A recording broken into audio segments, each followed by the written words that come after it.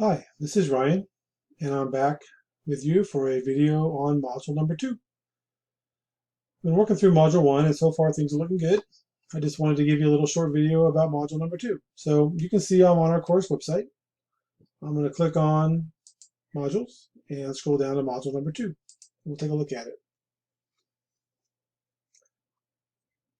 As it comes up, I'm going to click on this little arrow, and I'm going to expand it. This will allow me to be able to print it so I can mark it up. So let's talk about it. So module 2 deals with remote support and collaboration. This is a pretty fun module. It's a collaboration of module 1. So what you need to do is you're going to read these 7 resources, and then you're going to watch at least 5 introductory videos of your classmates. And then underneath each video, you're going to respond to them in module number 1. And I give you a process right here to go through it.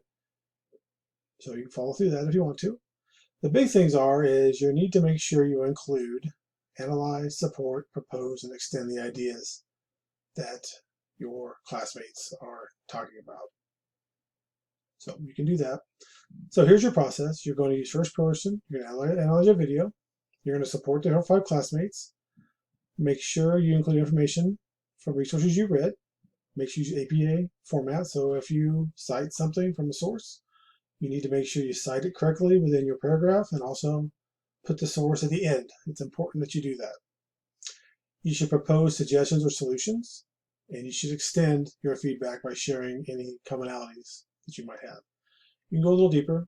And again, if you utilize any resources, which you should, you've read them, you read the resources, you need to utilize them in your responses, make sure you cite them. So that's in module 1. So all that's going to happen in module 1. There'll be a paragraph, and again, that paragraph needs to be a paragraph, multiple sentences. I'm not looking for 1 or 2. You should actually write quite a bit for each one. Give them a lot of feedback. Give them a lot of suggestions.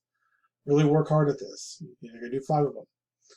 Then in module number 2, you're going to create a post in module number 2, and you're going to click on the plus sign on your keyboard and enter their name. The 5 classmates you provided feedback to. And then after that, you're going to go through and you're going to talk about how this module supports standard 4.4. And again, we put some questions there. So you're going to address those: the standard correlation, the relevance, and the reflection. So that's module number 2. I'm looking forward to reading about your feedback and your suggestions. If you have questions, please reach out to me. I'll be more than happy to talk you through things. I hope you have a great day. I'll talk to you later.